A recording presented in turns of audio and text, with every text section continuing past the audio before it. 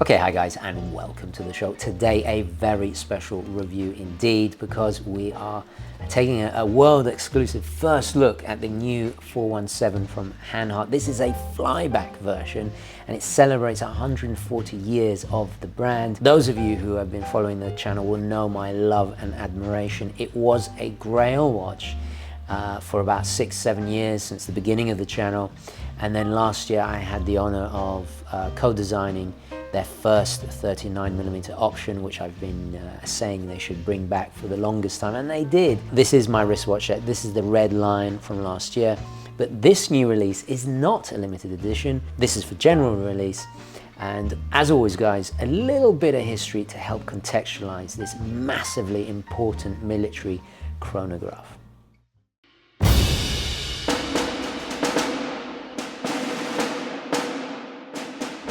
Hanhart's history begins in Diedesenhofen, Switzerland, when it was founded by Johann A. Hanhart in 1892, initially as a watch and jewelry shop located right on the border with Germany. In order to expand production capabilities of his own handcrafted timepieces, Johann moved the manufacturing to Schwenningen in southern Germany. It was here that the rich legacy of the brand's watchmaking story really began.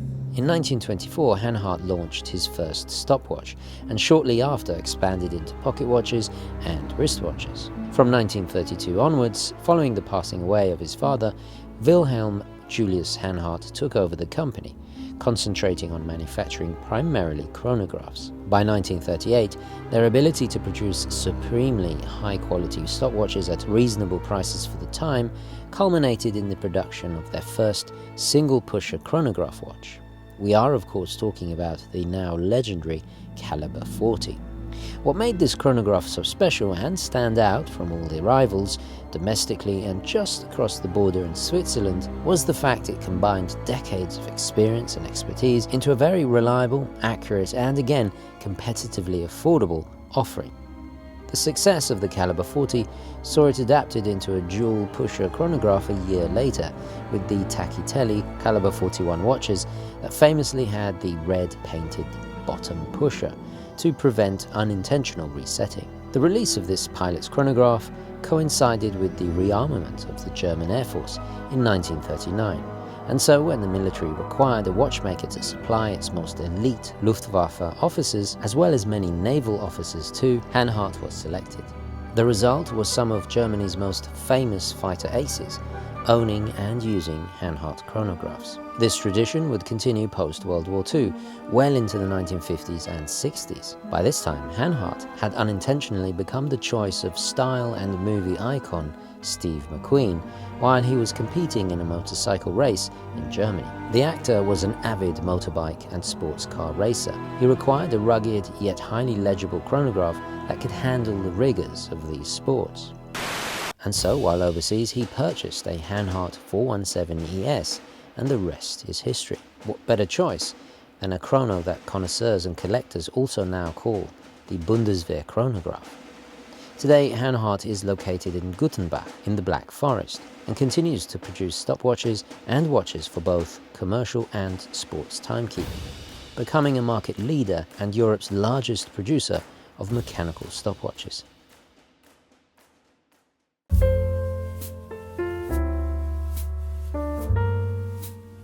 So off the bat, you'll probably notice there's two sizes available. We've got the 242mm and the 239mm. Now the 239s come on the Bund as worn by Steve McQueen, and then these are the larger, more contemporary sizes. Now in terms of materials, they're all the same across the board, all stainless steel of course, and then we have a convex sapphire glass. It's a high domed sapphire there with anti-reflective coating, I'm pretty sure just on the inside. Now if you don't like the Bund strap, you can just take this section off and you can have it basically as your typical just a typical strap. Having said that, it is remarkably comfortable. I'm not into Bund straps myself, but after wearing it on my own Red Lion, I love it. The underneath is this kind of like suede texture, very luxurious and soft, because of course it's the part that has contact with your skin, and then of course this cream white stitching to offset, and then that lusciously rich. It's just wonderful. It smells good, it feels good, it's got a real nice fluidity. Tough but supple at the same time, which is just great. And another difference, you'll notice that the larger ones have the display back with the sapphire glass there, flat sapphire, whereas the smaller ones don't. I suspect it's to keep the height down, because I think with this increased diameter here, you can allow it to be a bit thicker. But in terms of comfort, definitely for the larger wrist, the 42 is great. But for me, I have a 6¼ wrist, so the 39 just works marvelously well. One thing I love about these new 417s is the loom. They've actually loomed up the white subdials on the two Panda versions, not on the reverse Pandas, however. Regardless, we get great orientation because everything is loomed, all the hands, all those numerals. So orientation is just absolutely fantastic. So low light legibility with that Super Luminova C3 is, outstanding. Talking of dial markings at the edge, we have that very, very precise minute track. And the action of the bezel is, just enough resistance, but not too little that you're going to accidentally muck it up. And the ergonomics of that coin edge is very, very practical and very indicative of that age, which, again, we'll discuss the stylings of it. It's 1930s aesthetic a little bit later, even though this is based on the 1950s watch. But yeah, we'll get into all of that in a moment. Now, despite all the points of entry for chronograph, because of the pushers, etc. This is 100 meters water resistant, which is very practical, just fantastic. Back in the day, they used to have anti-magnetic written on the dial there. Well, they actually live up to that now. They can resist up to 16,000 amperes per meter.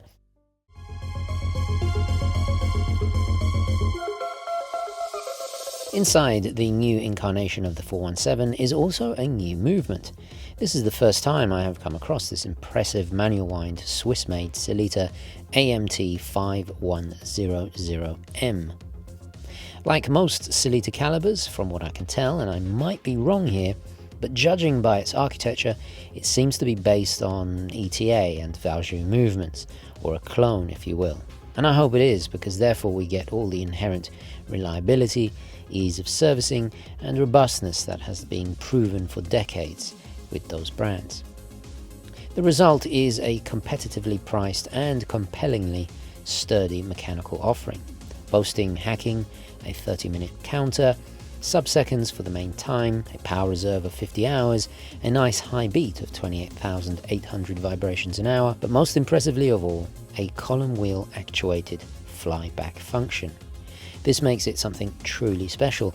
In terms of chronographs, it's mechanically quite complex and more expensive to achieve, perhaps second only to the rattrapante or split seconds complication. For those unfamiliar with the flyback, this mechanism allows it to immediately measure a new timing interval by using the reset pusher without having to waste time by stopping and then resetting and starting again, which, as you can imagine, is extremely practical for real-life use, especially for pilots, motor racing, in fact most sports. But aside from the pure niftiness of it, it's a highly coveted complication, especially with a column wheel, and worthy of boasting rights among collectors, and certainly something to be proud of.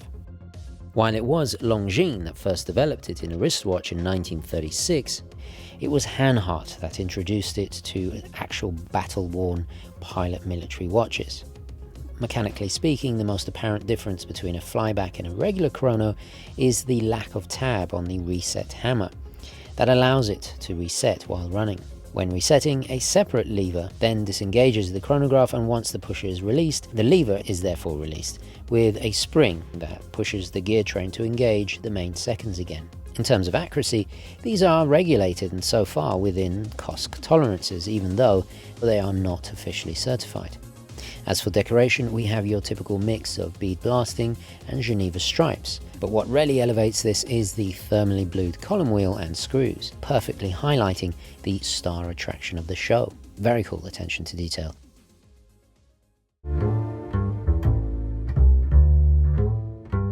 The Hanhart here is about $2,500 or thereabouts, something like that, right? Now, the new Blancpain Air Command that just came out this year, 2022, is 36mm in titanium. That's about 17,000 euros. And you got the Manero Flyback from Carl F. Buchera. That's about $7,100 thereabouts. And then closest of all is the Frédéric Constant Classic Flyback Chronograph with an in-house movement, no less. That's the FC760. Very impressive bit of kit, and that's about 4,600. Now, this Hanhart is more affordable than all of them. Definitely more important in terms of history-wise. You get an idea of just how good value this is, especially for the quality.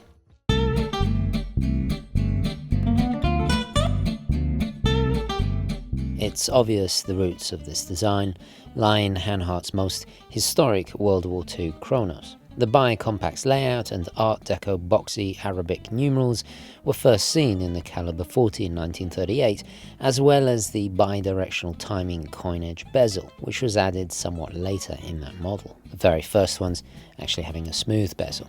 And unlike the later two pushers of the 1939 Tacchitelli, the pushers are now placed symmetrically, unlike the asymmetrical placement seen before. We also do not have the iconic cherry red pusher, the only dash of red being this time on the 12 o'clock bezel pip, specifically used by pilots, so it can indicate the timing of hours. Again, we see the hand of the right minute counter with an arrow tip to cleverly differentiate it from the running seconds on the left counter. The size and placement of these subdials is utter perfection, as is the symmetry of the printing at 12 and 6 to kind of balance each other out. Also, there's no cutting off of any of the razor-sharp contrasting numerals, which are black on the reverse Panda, with the main dial itself being a kind of soft eggshell matte texture of snowy white, and then inverted to a crisp white print on the jet black matte Panda dial variations.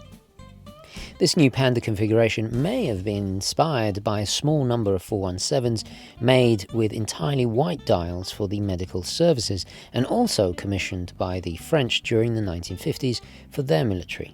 According to a Revolution Watch magazine article, and I quote, "Following the Second World War, as part of reparations to France, Hanhart went on to produce Type 20 watches for the French Air Force under the name Vixer. It was one of at least 7 firms who produced Type 20 chronographs, along with Mathey Tissot, Airain, Oricoste, Sylvia, Chronofixe, Dodin, and of course Breguet, whose Type 20s are some of the most coveted today." End quote. There is no doubt that Hanhart's beautifully balanced bicompact look, overall specs and features inspired the Type 20s, even if Breguet gets all the fame, credit, and are generally more desired by collectors. Regardless, the title of the most influential design when it comes to military chronographs unequivocally goes to Hanhart and the 417. The main syringe-style handset was something introduced first with the 417s of the 1950s too, and decidedly more contemporary than the cathedral style of the pre-war progenitors. They are also bent ever so slightly down at the tip to really get a more precise reading and to help avoid parallax errors, another prime example of the pragmatism and ruthless efficiency inherent in German watch design. However, the extremely delicate and also loomed main needle big seconds hand was actually used in the 1939 Tacchitelli, making this more of a confluence of styles unique to the modern reissues, but also more practical in low light timing because it is of course loomed now, unlike the vintage ancestors. Another subtle but pleasingly elegant detail is the use of the old school Gothic Hanhart branding on the dial and the H that is placed on the signed crown over the more modern logos found in their current collections. I love this as it not only links to the past, but this calligraphic style is more elegant overall in my opinion, and also in my mind an aesthetic that is just so synonymous with German art and culture. So let's talk about negatives. Well, I know a lot of you are not going to appreciate the lack of, or rather just the standard engraved case back there. it not having the display back like on the larger ones. And I'm sure that will be a big complaint, or that discrepancy between the two, considering they are the same price point. What makes the smaller one feel tall is the fact, well, it's its whole proportions. Because it's generally a smaller diameter, it seems tubbier as a result, dictated unfortunately by the movement height. There's not much you can do about it. Obviously it's better than it being automatic because you don't have that rotor, but it would have been nice to be a little bit more slender. I never really noticed without having it side by side with the 42 there, but this is, of course, this is why, you got to get these things in the flesh to do a proper review. And one of the many reasons why you can never trust, or you should never watch a review done by just from pictures online. You need to get these watches in hand, spend time with them, get to know them, so you understand the nuances and minutiae of what's really going on here. That is a true review. Anyway, that sounds like a mini rant. Obviously, a lot of people are not going to be a fan of the Bund strap. That's absolutely fine, but as I said earlier, you can easily switch this out. This looks right at home on a NATO strap. Bung this on a wrist candy watch club nylon strap like an olive or something, and it just comes alive. In fact, you know what? There's one with a red stripe, olive. Oh my god, that's probably I'm gonna wear my red lion. I don't know why I haven't done that. I have done that combo before. But anyway, now one thing I've noticed about these kind of vintage inspired style watches is they don't tend to work with, let's say, more sporty or modern casual attire.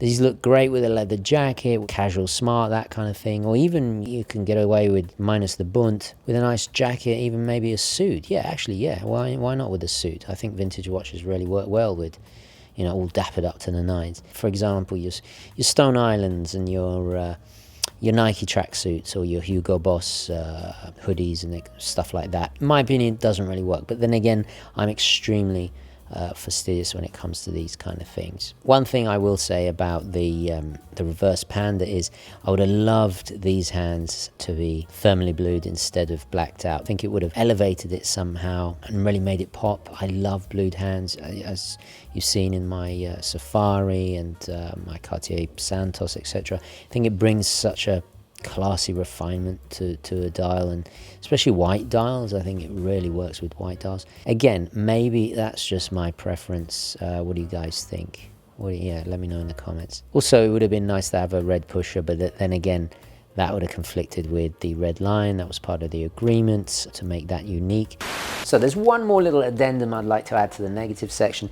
The lug width on the 42mm is 21mm. In my opinion, no watch design should ever have an odd number for the lug width. Strap monster compatibility certainly suffers with the larger one. Thankfully, only 20mm with the 39.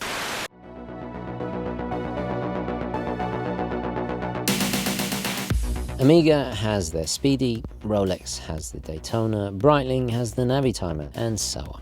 Well, in this regard, Hanhart has the 417. The 417 is the pinnacle of everything Hanhart is famous and revered for. This watch has reached an undeniable iconic status that few brands ever achieve. It is estimated that only 500 were originally made. This was only during the 1950s, and thus makes them super rare. Steve McQueen had great taste, not only in cars and motorcycles, but also in watches and clothes. So his Hanhart has become just as indelible as his signature Purcell sunglasses, Harrington jackets, or other more recognizable timepieces. But aside from fame, the distinctive design language, prestigious military history, perfect blend of form and function, and supreme high quality comparable really to anything Swiss, makes the 417 a true capo lavoro. The fact that it has not become as well known or earning the respect it deserves as the previously mentioned heavyweights is still, quite frankly, a mystery. When one thinks of German watches, everyone immediately gravitates towards Lange, Zinn, Lacong, Glashütte, Junghans, etc. Well, for me, Hanhart should be at the top or near the top of that list. But there is one benefit being somewhat underrated, and this makes the 417 feel a little bit more unique. A less predictable choice compared to, dare I say, the more cliched options out there. Ultimately, it is a more discerning selection for those truly in the know from a brand still independent to this very day. You can kind of see why Steve McQueen's watch became a personal grail watch for me. But this Flyback version now packs one hell of a horological punch, on top of being so classically elegant and a practical everyday tool watch. This is typically a high-end complication, and even rarer to see it from a prestigious heritage brand at this price point. Had this pure class offering been released a few weeks earlier, it might have knocked the Christopher Ward Bel Canto off the #1 spot in my recent top 10 new watches of 2022. You know what, in closing, such a tasteful design, I can't help but wonder why it's not as famous as Steve McQueen's other watches. It certainly is more accessible than the Hoya, and the Submariner, and the Cartiers, and the rest of it. Not as affordable as the Benris, but the Benris is largely forgotten about these days. There is a greater sense of verisimilitude with this watch because it wasn't product placement like the Hoya. But anyway, this is a whole other this discussion. Let me know your thoughts in the comments. Guys, don't forget to like this video. Very important indeed if you want to see more independent content for free. It's the best way to support the channel. Thank you so much for watching. I'll catch you in the next one. Onwards and upwards. Ciao.